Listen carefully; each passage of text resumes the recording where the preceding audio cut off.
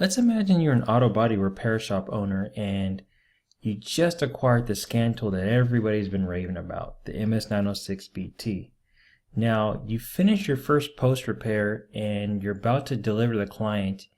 You put your scan tool to the test and then this happens. The tail light, the blind spot monitors on the vehicle. It's giving me a code now, and it's something about the VIN number needs to be rewritten into those modules.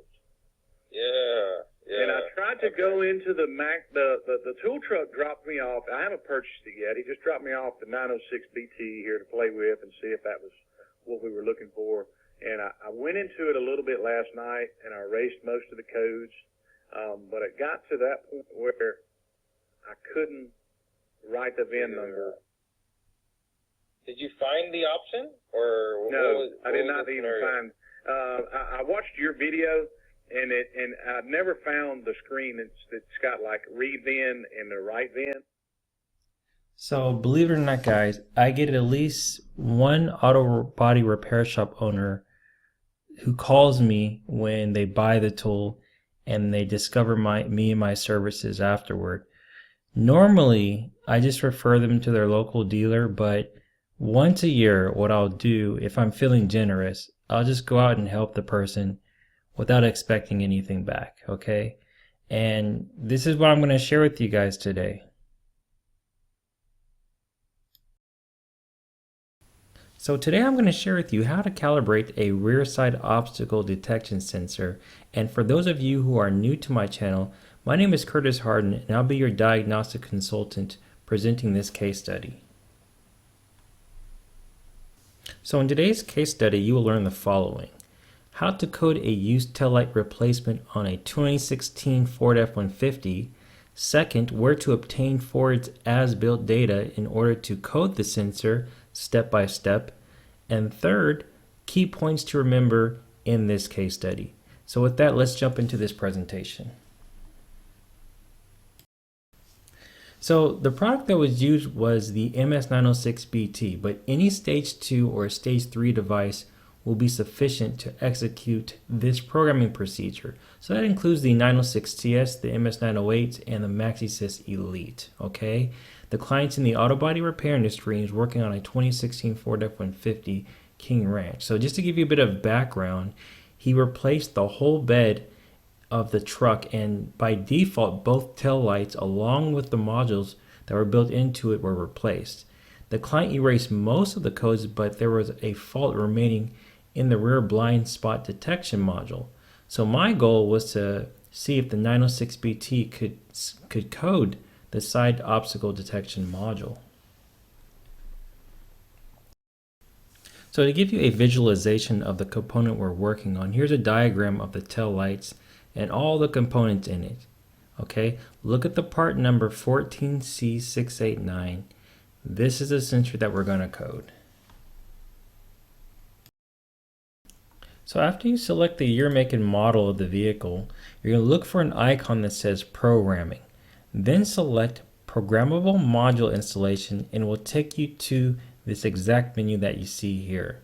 Now locate the SOD or the side obstacle detection icon, and keep in mind, guys, I had to execute this procedure for both sides, left and right.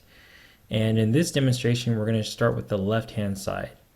So we're going to click OK, and the first prompt is just explaining the VIN verification screen. Will populate more than once depending on our responses to the prompts. We're going to go ahead and click OK, and this screen is the VIN number of the vehicle.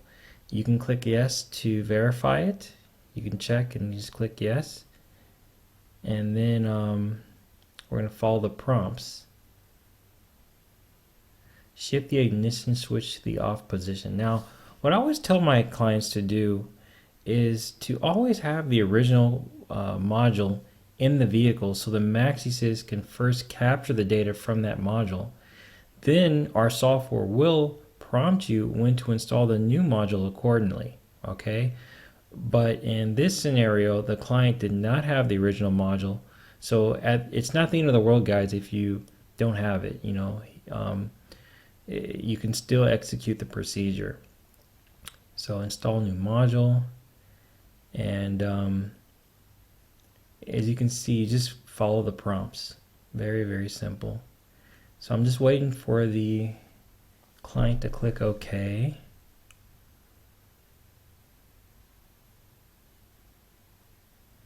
And then we get this error. The service could not obtain data from the original module. All right, so basically we have to input this thing manually, okay? And manual entry provides multiple screens for configuration.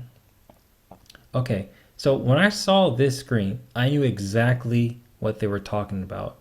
First, in my experience with computers, data modules are a source objects that contain data from servers. So basically, if we go to forward servers and you insert certain digits, we'll be able to retrieve information from that. So just to give you an example, when a client hires me to do programming, let's say on a PCM module, he wants to get a used one.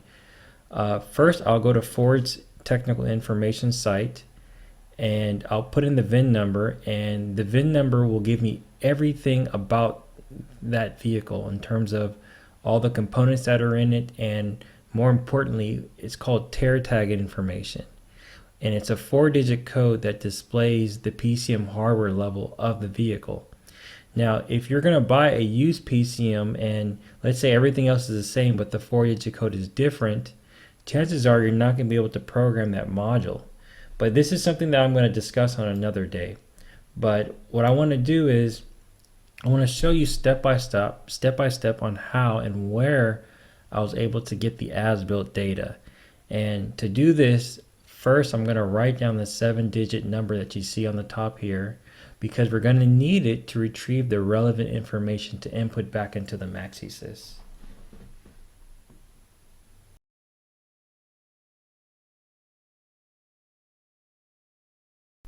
So the first thing we're going to do is open up your web browser and go to www.motorcraftservice.com. And what I realized, guys, I like using Google Chrome, but sometimes it might be difficult to display their information properly. If that happens, just use Internet Explorer. That's like the recommended browser. So now what we're going to do is scroll on the right and we're going to look for free resources. And then a drop down menu will appear and we're going to click Quick Guides. All right. And then the next page is going to have a list of all this free information. You can look at calibration files for your whatever you want to program, but we're going to look for as-built data. As-built data, and we're going to click that. All right. Now input the vehicle's VIN number, which I have here. And then after we put that in, we can scroll down and click submit.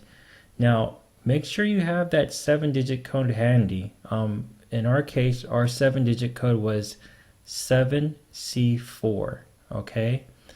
So here's all the information. You can even see the tear tag information. But to retrieve the module information quickly, press Control F and type in that number 7C4. And you'll see everything with the 7C4 will populate. Okay, so now we need to take the data that's on the right of that module of the 7C40404, and we need to input that back into the Maxisys. Okay, so we're going to take the data to the right of it and we're going to input it back to the Maxisys. What's great about the Maxisys in this scenario, it's Bluetooth. So just imagine if this was a wired connection. You know, you would have to go back to your computer in your office, come back and type it in. Well, the client basically was in front of his laptop or his, computer in his office, and the VCI was still able to connect to the vehicle remotely. So he was just reading this off of his laptop, which was pretty cool. So it'll make you really, really efficient.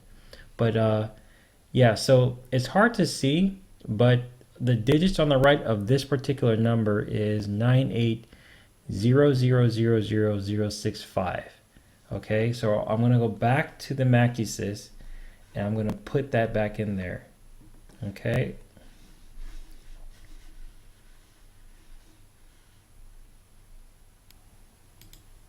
So now that I'm back into the tablet, we can insert the digits, okay, which will be 98000065. All right, and then on the bottom right, I'm going to click OK and basically just repeat the process. And I'm going to start from the top. I'm going to write down the digits on the top, okay? Then I'm going to go back to the as-built data list, which you'll see here. Locate the module number by pressing Control F, and then I'm going to copy the digits that are on the right of that module and insert them back into the Maxisys. Okay, it's kind of a tedious process, but if you look at the bigger picture, okay, this body shop owner just saved himself an unnecessary supplement. Just imagine if this was you and your client was supposed to pick, his or her car up that day, and you came across what would seem to be like a simple problem. It was just a tail light. And based on what I know from analyzing clients in the auto body repair industry, most of them are getting similar problems like this, and they're sending these tasks to the dealer. And they could be fixed by just pressing a couple buttons, if you had the right guidance. And as you just saw, it's a tail light, which is just an appetizer to what's to come. So just to give you guys proof, I don't want no one slitting their wrists how bored this is. I'm just going to speed up and show you how we cleared all the codes on this vehicle. Okay, so you can see here everything was cleared, and this guy saved himself a supplement. Got it? Cool. So to end this presentation, I just want to summarize some important factors to take away.